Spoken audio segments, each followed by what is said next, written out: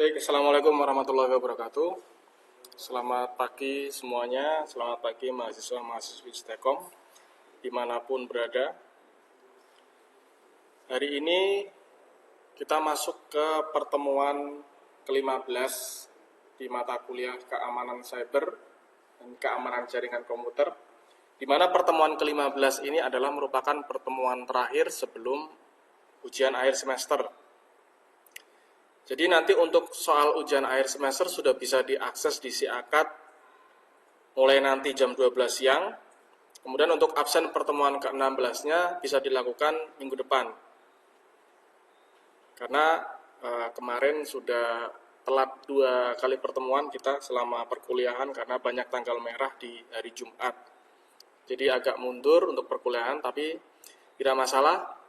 Yang penting semua materi sudah terdelivery dengan baik pada semester ini, dan saya ucapkan terima kasih kepada semua pihak yang sudah bekerja sama dalam pelaksanaan mata kuliah keamanan cyber dan keamanan jaringan komputer selama 1 semester, baik dari mahasiswa maupun dari tim dosen pengampu. Kali ini kita akan bahas tentang Zero Trust Security. Apa itu Zero Trust Security? Yaitu sebuah paradigma baru dalam sistem keamanan cyber. Tujuan pembelajaran dari Zero Trust Security adalah yang pertama, mahasiswa mampu menjelaskan konsep dasar dan prinsip utama Zero Trust dalam keamanan cyber. Kemudian mahasiswa mampu menganalisis perbedaan antara model keamanan tradisional atau konvensional dengan arsitektur keamanan Zero Trust. Yang ketiga, mahasiswa mampu mengidentifikasi komponen dan mekanisme yang membentuk Zero Trust Architecture atau ZTA. Kemudian yang terakhir, mahasiswa mampu mengevaluasi manfaat, tantangan, dan strategi implementasi Zero Trust pada lingkungan jaringan yang modern.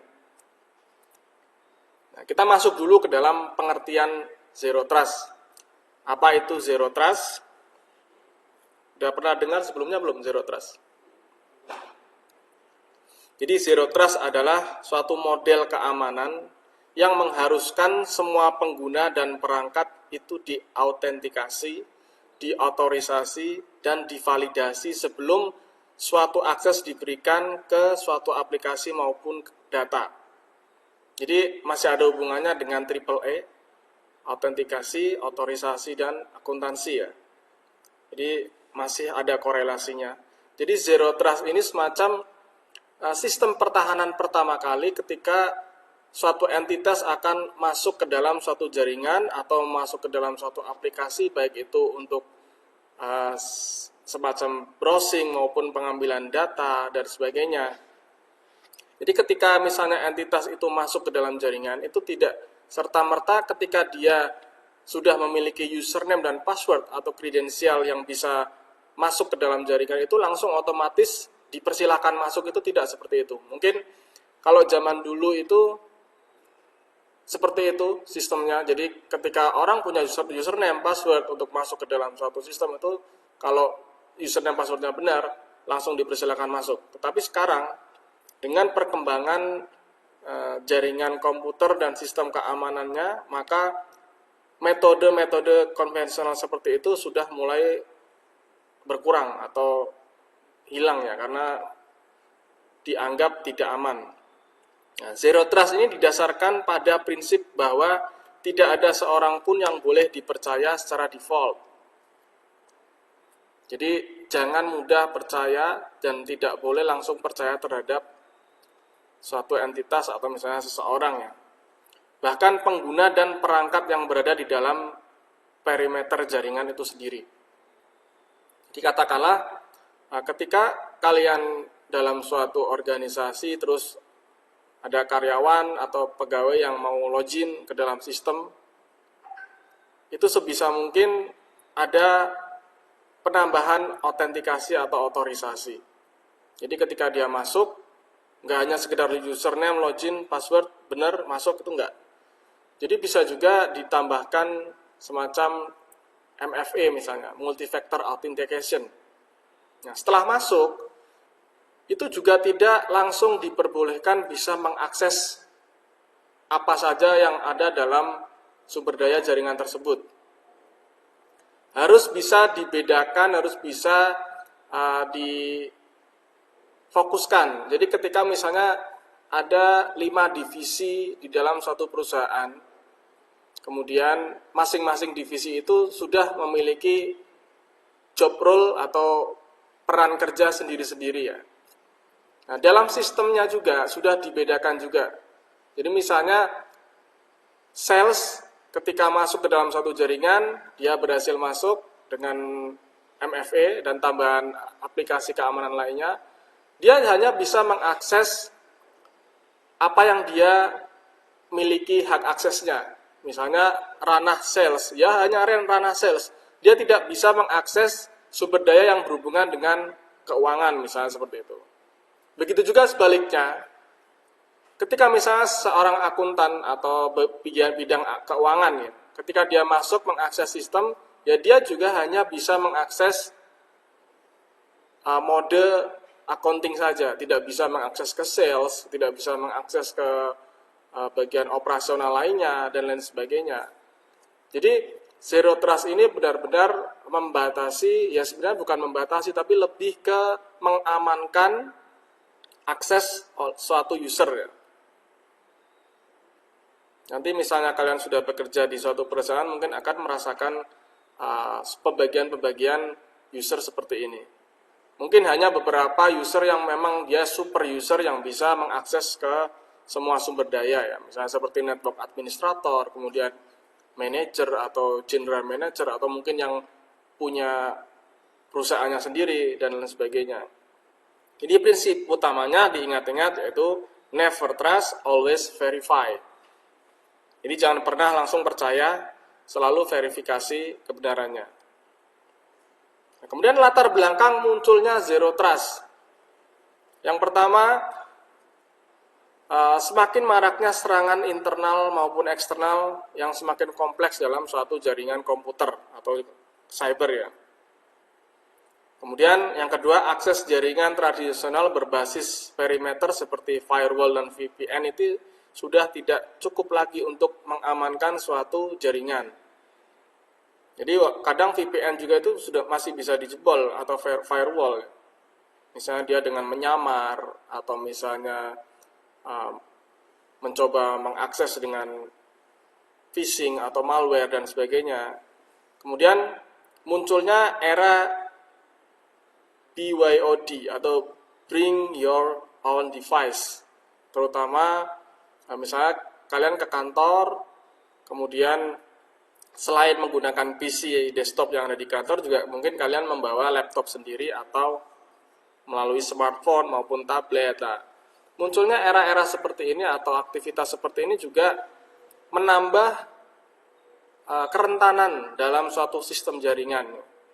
Jadi device dari luar masuk ke dalam suatu jaringan itu juga perlu diwaspadai. Caranya dengan konsep Zero Trust ini. Kemudian pada saat terjadinya COVID-19 itu juga banyak aktivitas-aktivitas yang mengharuskan kita bekerja dari rumah atau WFA, work from home. Jadi sistem pekerjaan remote itu, nah jaringan ini tidak tahu dan tidak pernah tahu dapat diakses dari mana saja oleh siapa. Yang penting dia kalau misalnya username password benar bisa login. Nah, itu sangat berbahaya ya kalau misalnya sistem remote atau WFA ini tidak menggunakan konsep Zero Trust. Karena bisa saja orang yang login dari jauh atau dari lokasi yang jauh dari pusat jaringannya ini bukan orang yang sah. Nah, maka dari itu untuk mengantisipasi itu biasanya ditambahkan autentikasi, misalnya seperti token, kemudian 2FA, SMS buat 2FA ya. Kemudian kode-kode multi-factor authentication itu dibutuhkan dalam sistem ini. Kemudian di era cloud computing juga. Cloud computing itu kan sumber dayanya di suatu tempat, tetapi usernya itu di tempat yang berbeda juga, di jauh. Ketika misalnya cloud servernya itu misalnya di Kanada, kemudian kita aksesnya dari sini, Indonesia, itu juga sangat diperlukan adanya konsep zero trust. Nah, ini kita bandingkan sekarang konsep keamanan tradisional dan zero trust. Jadi ketika kita melihat pada konsep keamanan cyber di waktu tradisional, di era zaman dulu ya, itu hanya mempercayai pengguna internal, kemudian fokus pada perimeternya dan akses lateral terbuka. Jadi misalnya kalau kita lihat pada gambar apa ini, switch atau router ya misalnya. Nah, ini kita lihat misalnya hanya sekedar membedakan port logic atau port fisik dari device jaringan ini dibedakan antara mana yang trusted dan untrusted. Hanya sebatas itu saja. Jadi lebih ke fokus perimeter perangkat jaringan. Dan pada sistem keamanan tradisional itu mempercayai semua pengguna internal. Pokoknya kalau orang dalam, orangnya sendiri itu ya udah dipercaya. Sedangkan kalau kita bandingkan dengan sistem zero trust atau konsep zero trust itu verifikasi semua pengguna. Jadi siapapun pengguna baik dari internal maupun eksternal itu harus diverifikasi. Verifikasinya bisa menggunakan tambahan verifikasi seperti MFA. Ya. Kemudian fokusnya ke identitas dan data. Jadi ketika identitas datanya tidak sesuai, maka dianggap tidak layak atau tidak sah untuk masuk ke dalam suatu jaringan. Nah, kemudian untuk selanjutnya adalah akses lateral dibatasi. Seperti tadi yang saya sebutkan di awal, jadi contohnya saja ini ya, kalau misalnya kita sebagai sales masuk login ke dalam suatu jaringan, kita tidak bisa masuk ke menu-menunya divisi lain. Nah, contohnya seperti itu, dibatasi untuk aksesnya. Nah, kemudian prinsip utama dari zero trust adalah yang pertama memverifikasi secara eksplisit. Kemudian menggunakan prinsip hak akses minimum. Jadi seorang user itu diberi akses seminimum mungkin ya. Jadi tidak bisa mengakses di luar peran kerjanya di suatu jaringan instansinya sendiri. Ini misalnya seorang admin ya sudah hanya bisa membuat laporan, kemudian membuka menu-menu yang berhubungan dengan administrator, tidak bisa membuka hal tentang keuangan, kemudian tentang rahasia-rahasia data lainnya, nggak bisa. Jadi diberi hak akses yang paling minimum. Kemudian prinsip yang ketiga atau yang terakhir adalah asumsikan kebocoran selalu mungkin terjadi. Jadi kita tuh tidak boleh lengah atau nyaman dengan apa yang kita miliki. Jadi selalu waspada dan mengasumsikan kalau jaringan kita itu rentan dan rawan kebocoran dan itu bisa terjadi suatu saat. Dan itu pasti akan terjadi dan selalu mungkin terjadi ya dalam suatu jaringan. Makanya dalam prinsip ini kita sangat berhati-hati untuk menerapkan keamanan dalam suatu jaringan. Nah, kemudian yang berikutnya yaitu cara kerja dari zero trust. Ini cara kerja secara sederhananya. Jadi yang pertama user mengakses sumber daya. Kemudian username password sudah sesuai, maka belum tentu bisa langsung masuk. Harus dilakukan sistem verifikasi identitas. Misalnya biometrik, misalnya dengan scan wajah atau sidik jari, kemudian menggunakan multi-factor authentication. Itu kan merupakan salah satu verifikasi sistem identitas. Nah, kemudian yang ketiga, mengevaluasi kebijakan akses. Bagaimana si user ini diberikan akses yang sesuai dengan peran kerjanya. Nah, kemudian kalau itu sudah sesuai semua, baru diberikan akses oleh user tersebut. Nah, selama dia mengakses suatu sumber daya, segala aktivitasnya akan selalu dimonitor. Nanti akan keluar pada log activity-nya. Jadi cara kerja zero trust yang sederhana adalah seperti itu ya. Nah, kemudian apa saja komponen utama dari arsitektur zero trust? Yang pertama, identitas pengguna dan perangkat. Jadi identitas pengguna dan perangkat itu sangat dibutuhkan dalam arsitektur zero trust. Kemudian akses berbasis kebijakan. Jadi kebijakannya apakah diizinkan atau tidak.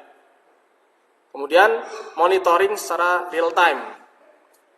Jadi selama user ini mengakses sumber daya, maka pemantauan ini akan dilakukan secara real time.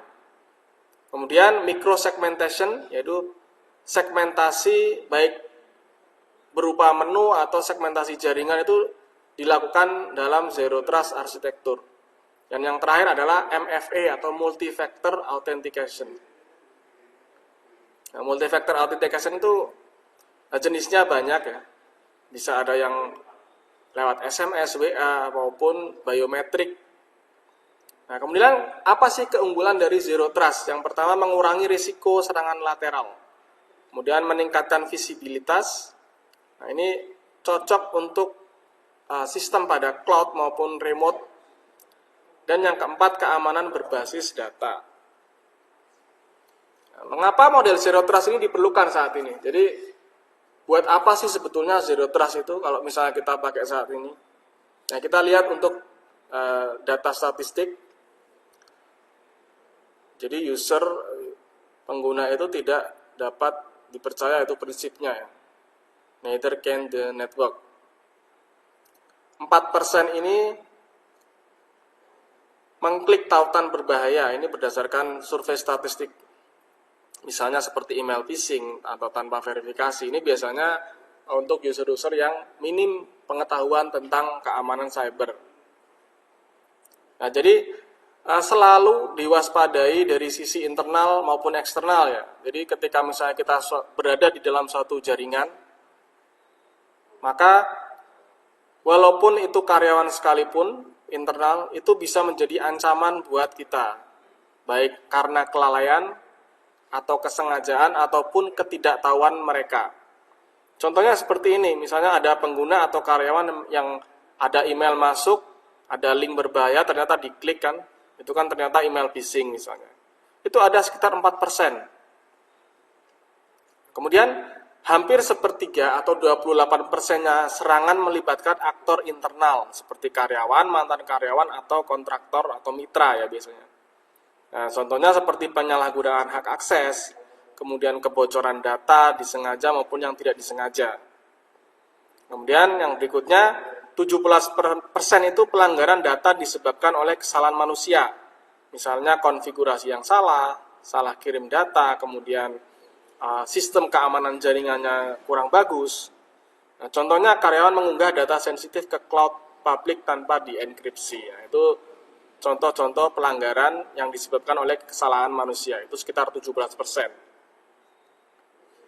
Nah, sekarang kita lihat untuk Zero Trust Architecture berdasarkan National Institute of Standard and Technology atau NIST ya biasanya. Jadi untuk arsitekturnya seperti ini, kita bisa lihat, jadi dari user yang terotorisasi dan user yang tidak terotorisasi misalnya. Ini bisa terotorisasi sistem, dipercaya atau tidak. Kalau dipercaya, dia bisa mengakses sumber daya, misalnya tidak dipercaya, dia akan masuk ke police enforcement point, bisa diblok. Kalau misalnya lolos dari police enforcement point, dia misalnya terpercaya, dia bisa mengakses resource-nya. Kemudian kita akan bahas satu-satu, yaitu yang pertama untuk subjek dan sistemnya. Jadi authorized subject ini adalah pengguna atau perangkat yang telah terverifikasi dan diberi akses sesuai kebijakan. Sedangkan yang bawah ini, yang unauthorized subject, ini adalah pengguna atau perangkat yang tidak memiliki izin akses. Misalnya ada hacker atau perangkat yang tidak dikenal. Ya. Yang atas ini yang authorized, yang bawah unauthorized. Nah, unauthorized system ini sistem yang tidak terdaftar atau tidak memiliki persyaratan keamanan misalnya. Nah, kemudian kita masuk ke PDP atau Policy Decision Point dan Control Plane. Komponen ini bertanggung jawab untuk mengontrol akses berdasarkan kebijakan keamanan. Terdiri atas data plane, lapisan yang menangani lalu lintas data ya. Contohnya ada firewall, enkripsi dan lain sebagainya. Kemudian ada lokasi jaringan.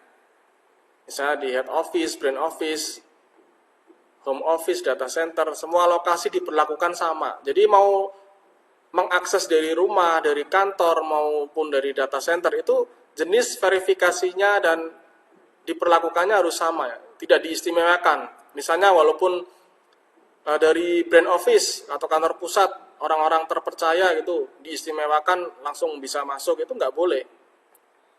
Karena kita menggunakan prinsip utamanya itu no implicit trust. Jadi setiap permintaan akses itu harus divalidasi meskipun berasal dari jaringan internal. Kemudian yang kedua ada secure communication across any infrastructure, yaitu komunikasi dienkripsi di semua infrastruktur. Jadi selalu lakukan enkripsi data ketika kita berkomunikasi dalam sebuah jaringan, ya, misalnya maupun jaringan cloud maupun lokal. Nah, yang berikutnya yang ketiga ada policy engine, yaitu di mana di sini ada mesin kebijakan yang mengatur akses ya dalam hal ini. Untuk jenis aksesnya misalnya ada akses publik, VPN, kemudian protokol jaringan yang digunakan apa, itu diatur oleh policy engine ini, mesin pengaturnya. Nah, kemudian yang berikutnya ada kebijakan tambahan yang mendukung kontrol akses. Contohnya ini. Jadi selain ada sistem yang mengatur dalam arsitektur Zero Trust ini juga ada kebijakan-kebijakan lain yang mengontrol. Dia berupa additional policy engine input. Yang pertama ada data access policy. Jadi kebijakan akses datanya seperti apa diatur di sini. Data sensitif, kemudian data yang hanya bisa diakses oleh user A, B, C itu diatur dalam data access policy. Kemudian berikutnya ada public key infrastructure atau PKI. Ini bertugas untuk mengenkripsi dan autentikasi berbasis sertifikat. Kemudian berikutnya ada ID management, sistem manajemen identitas. Nah, contohnya tadi seperti multi-factor authentication ya, bisa berupa biometrik maupun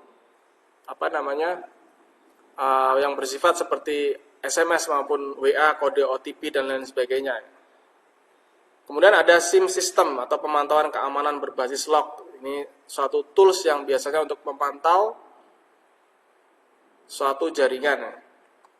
Ada lagi yang namanya CDM system atau Continuous Diagnosis and Mitigation, yang berfungsi mendeteksi ancaman secara real time.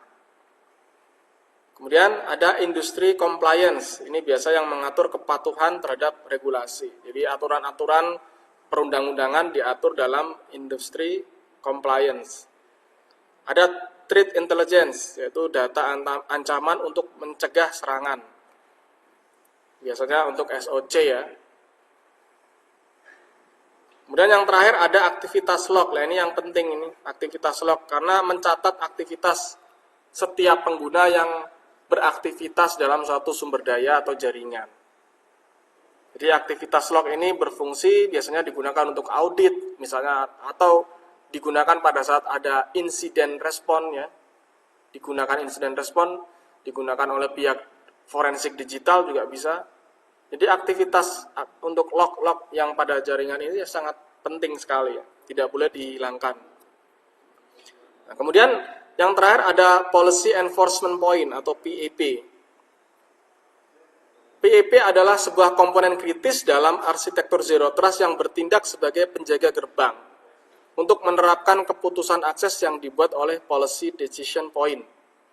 Nah, contohnya apa PEP ini ya? Ada firewall, jadi menfilter akses berdasarkan kebijakan.